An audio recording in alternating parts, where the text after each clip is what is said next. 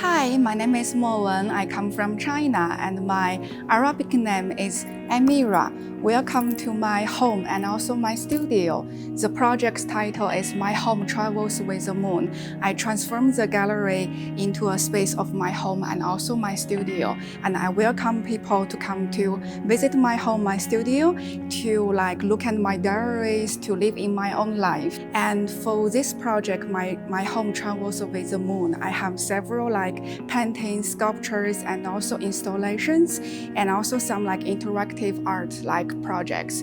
And this project also include several artworks. The first one is the home studio. So I want to make it very cozy and comfortable. So I have my carpet, my sofa, and also the lamp. And also I have the second element is a moon, because in China, we say when you miss your family, when you miss someone, you will look at the moon. And also we say even though you are far away from each other, but you are sharing the same moon. That's why I have some moon artworks. And also some of my letters written in my own symbols is kind of talking to the moon. In China, we still don't know too much about this region. What we heard is from the news, the social media, but I really want to discover by myself. That's why I come to this region. And when I travel, I always bring my canvases and also my papers, my diary book. So I did lots of paintings. And then when I come back to my studio, I did this kind of the large-scale paintings and installations. I also have several interactive artwork. For example, I have the money tree. The money tree comes from my hometown. When we celebrate the Chinese New Year, and my father will prepare a fresh bamboo tree in front of the house, and then we will make it very colorful, decorate with some symbols, bring you good luck. So when I come here, I feel in front of my home in Abuظbي, I also need to have a money tree. That's why I designed this UAE money tree, a palm tree. And I also designed some lucky money representing love, being healthy, and also being rich, and also being happy. So I could invite the audience to put to reach your hand inside. You can grab your lucky money, and they could be with you when you finish visiting this exhibition. I also have my princess, so they are having the shining double colors fabric, so the audience they could put their hands and to touch the fabric, and also to draw your own style on my paintings. The last artwork is a dancing habibi. This one is in front of the gallery. I feel I really want to bring more energy and also more colors to photo one, and also especially during the opening, when we open, everyone come to the gallery to celebrate this show together. Hello, my name is Danute, and my work is titled Objects Arrives Like a Bride. And the work is about the ways in which our relationships to objects can reveal larger political and social issues, and also the ways in which we treat each other.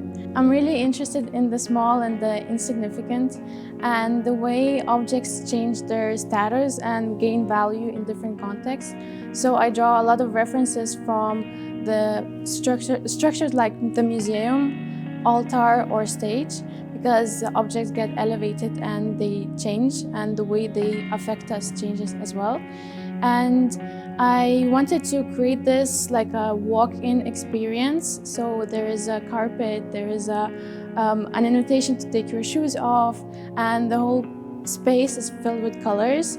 And so you are invited to approach this stage or altar-like structure and interact with the objects, and then to give more depth, more layers to what I'm showing, I created a video that is also a performative piece that gives more narrative and more depth into the theory that is behind the work, and also I try to reveal the issues that I'm talking about more in this piece. In my work, I also explore how objects participate in mythologies and the way they are used as tools to control within larger power structures. And in my work, I don't want to criticize or make it very explicit what I'm talking about, but I want to make it rather an invitation through the harmonious colors, very deep shades. I want to invite the viewer to come. I want them to look past the very flashy, very childlike expression to reveal the more sinister and darker one. Hello, my name is Hala Aboura. I am one of the MFA graduates in this show at 421. I'm a Palestinian Jordanian artist based here in the UAE, and I work across many different disciplines, including printmaking, photography, sculpture, and other mediums. In this show, I talk about my work, Consequence of Circumstance, where I explore many different mediums, trying to speak about tension, grief, trauma, kind of also through archaeological and archival methods, more as methods rather than subjects. In my work, I explore birds very often, not just as symbols of freedom, but more as unstable characters, messengers, omens, casualties. For this piece, where a bird is engraved onto stone, I'm hoping for the audience to be confronted by their weight, confronted by the questioning of their state, if they're asleep, if they're in flight, if they're still, and be almost complicit in the space of witnessing what these birds have went through. For the work behind me here, I have 5 images that have been printed in the darkroom on glass. And this is a process that has never been done here before in the UAE, and where the glass almost turned into paper inside the darkroom, kind of being treated almost the same way, and then going back into glass, kind of turning photography into something more sculptural. And the content of these images are a film roll that I'd taken over the summer in Jordan. And it was this one singular film roll that my whole thesis is almost based on, and kind of made me confront this certain kind of space where this is what I have and this is what I want to use for my work, rather than going back and taking more. Kind of taken from magnifying glasses, which is a recurring motif in my recent work, more as a space that offers an illusion to clarity, but I'm actually using it in a way to emphasize obsession, doubt, and misuse of information, as a space also of complicity in the work. As you enter the space, I'm also hoping for you to kind of stand here for a moment while you're looking at the work and feel the weight of them, feel the weight of the things that are spoken about. My work here is also a confrontation for the artist to think about their role in representing what cannot be represented, as well as what gets damaged in the way while we are looking at the things we are trying to represent. Ultimately, my work does not seek resolution. It's more about the confrontation, and almost holds a space for ambiguity and questioning rather than resolving anything. This piece here kind of alludes to many things that I have been researching over the past 2 years. Last year, my work revolved around sinkholes in the Dead Sea, giving the audience the illusion of being able to step into the void, but they're still on the edge, which is also a representation of the artist's role in this situation.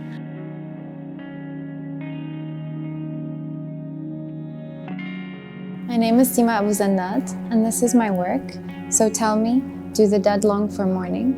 And essentially it's an installation of books, bookshelves, pieces of writing, and a table setting that will also come with a performance. My practice revolves a lot around language. I'm very interested in language in the many different forms that it comes in, whether that be text, speech, or whether that be codes, dots, a color, an architecture, or a space. But for this particular project, I had an interest in silence. I write a lot, and my writing often loops back to the same point over and over again. I'm preoccupied and obsessed with meaning a lot. I always want to hone down on the specific definition and the specific meaning of certain words or certain concepts or certain feelings even. Usually this obsession is what drives the way that I write. And it's such a repetitive looping situation where I find myself constantly looping back to the same point for, you can trace parts of this project back to almost 5 years ago, or even much, much longer. And so the installation here has a collection of curated books that have accompanied me on throughout my research for this thesis, the MFA. But also from way beyond. You have childhood, children's fiction, books that I used throughout my childhood, dictionaries, grammar books, etc. But essentially I was thinking of silence, especially as I wrote, and more specifically I was thinking of muteness and the difference between the two, or at least what I thought was silence at first, and what I realized was muteness after. And once I started thinking of muteness is when the image of the lamb kind of just came to me. I thought of the story of the lamb in the way that my father told it to me.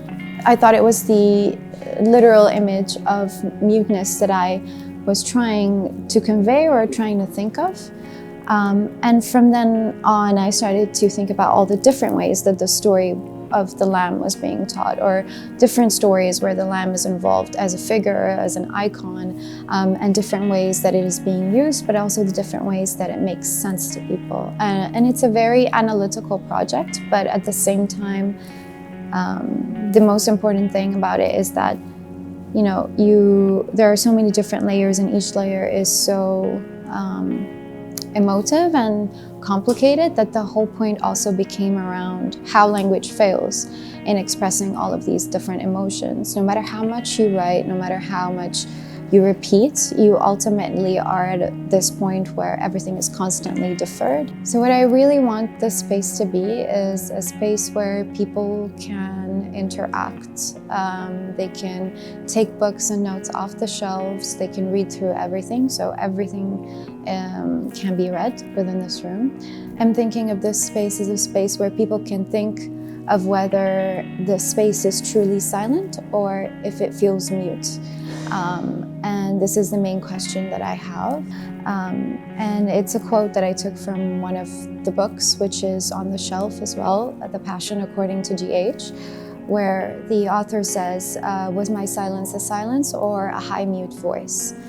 And there's also a video piece which has to do with kind of this looping, this repetition.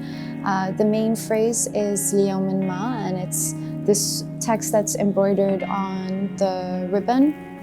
And ليوم ما means for a day. So it's usually, I wouldn't say it's a hopeful sentence, but it's more so something that you almost tell yourself you live towards. So you live for a day where so-and-so happens. And it's this repetitive action of trying to blow and lift this ribbon into full legibility, and also the failure to do so, but the need to keep on trying. This entire installation is just layers of repetitions in a way.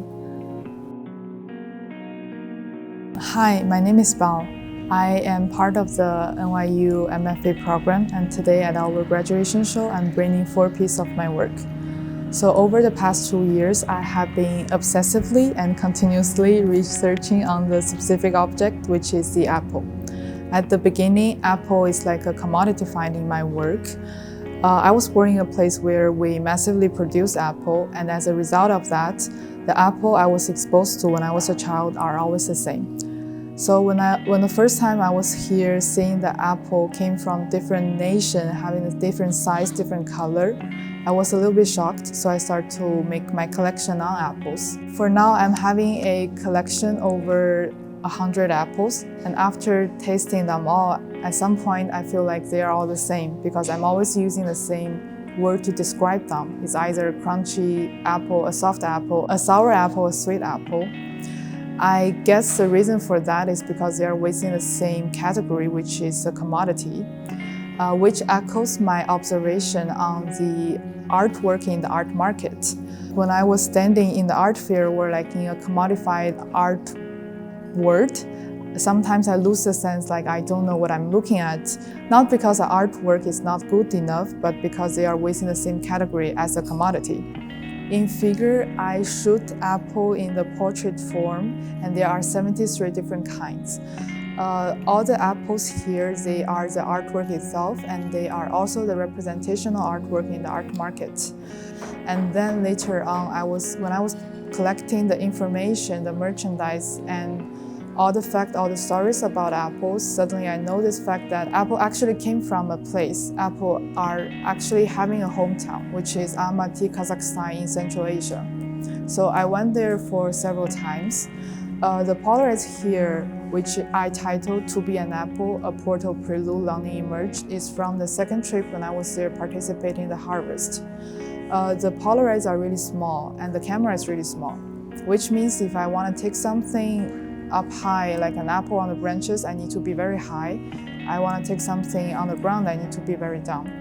So I lay out them in this way to mark my presence, to mark my body movement, and also I want to let the experience open to the audience, which is experience participating in the harvest. And later on, I feel this desire, I feel this urgent that I need to own the tree. So I went back to my home. I tell my mom, my parents this idea that I need to plant a tree in my hometown, and they were super excited about it.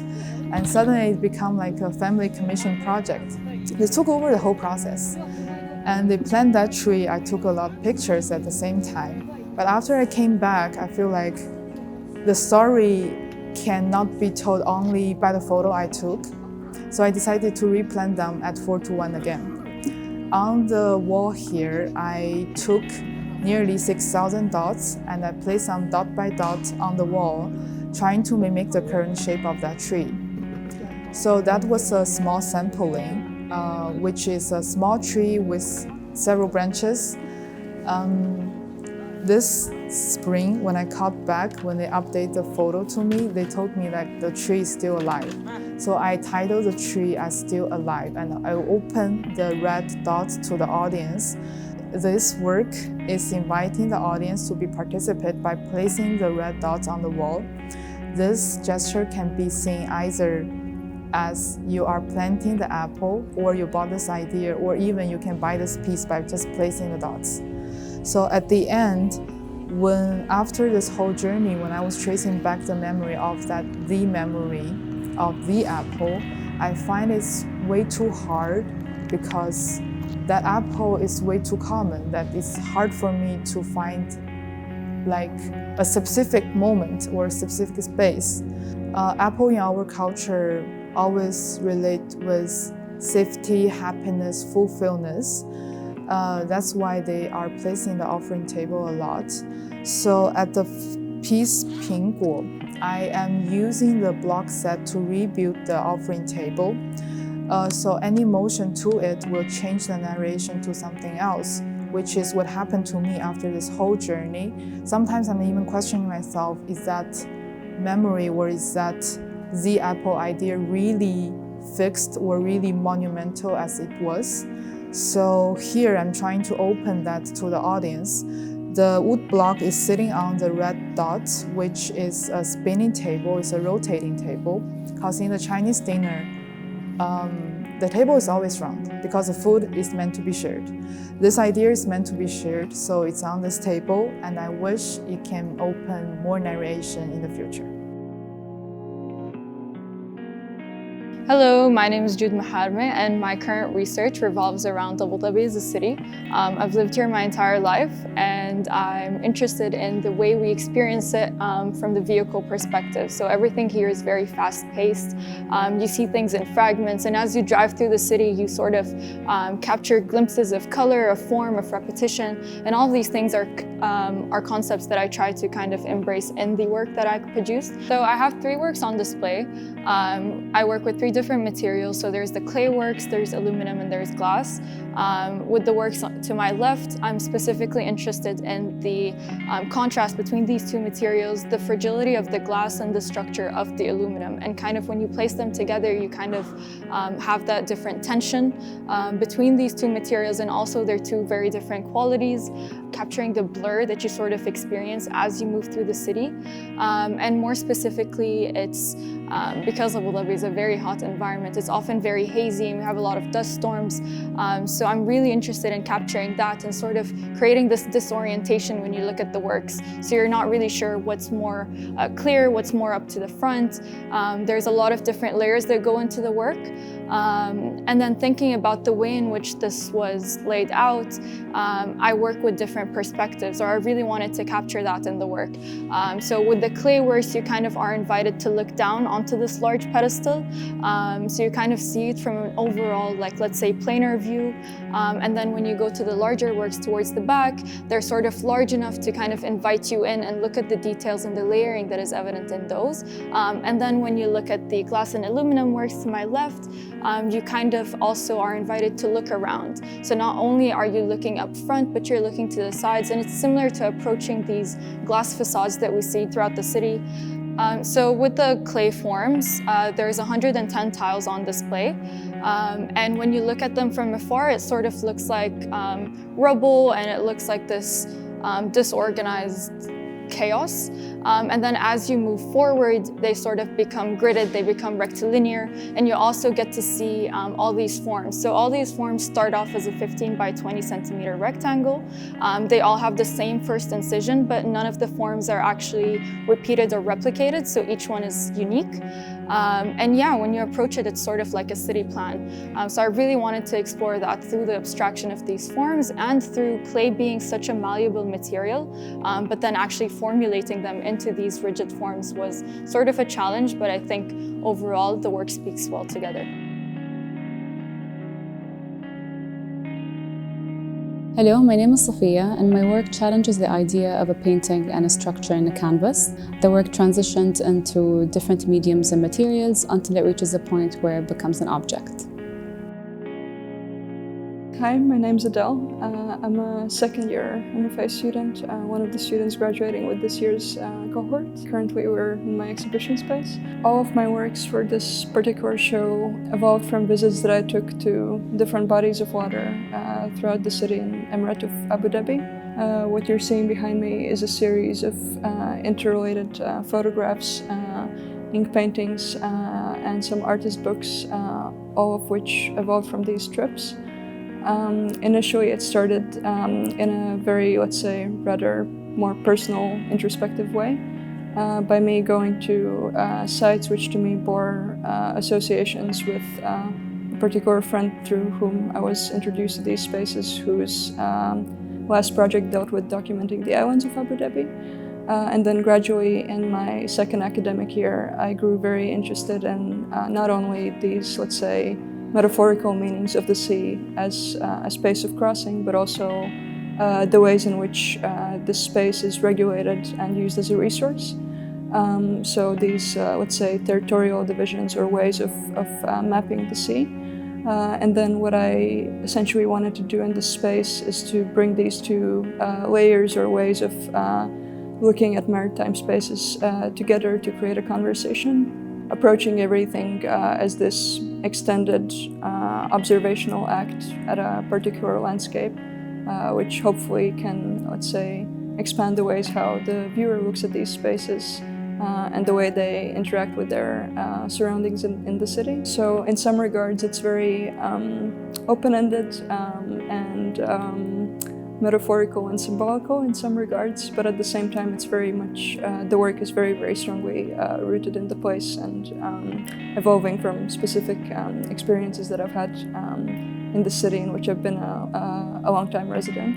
The painting you can see here, it's a larger scale work consisting of multiple smaller panels where each one is ink painting, or I think of them, refer to them as drawings, with, let's say, between 4 and 8 layers of gradually building up the surface to achieve like a certain sense of depth. So it has, let's say, this modular structure where each one is almost like a dedication to a place. What I wanted to do with this is create something that would be, let's say, more immersive and really recreate the spatial experience of being by or on the open water during the night. So let's say this was like the anchor from which most of my layout evolved, also because it's rather, let's say, large in scale and has a certain presence in the space. So in some regards, the layout very much evolved from me trying to create these balanced relationships with this piece here. Another thing that I really wanted to do this time is to, let's say, break away slightly more from a classical linear layout, even though it's still, let's say, functioning with that realm, but slightly break up, let's say, the distances between the different works, the ways how they are spread out in the space, so that everything is interrelated as a system in which the works complement each other, rather than, let's say, placing them as these solely individual precious art objects on the wall, or let's say doing a distribution where each wall has a particular type of work.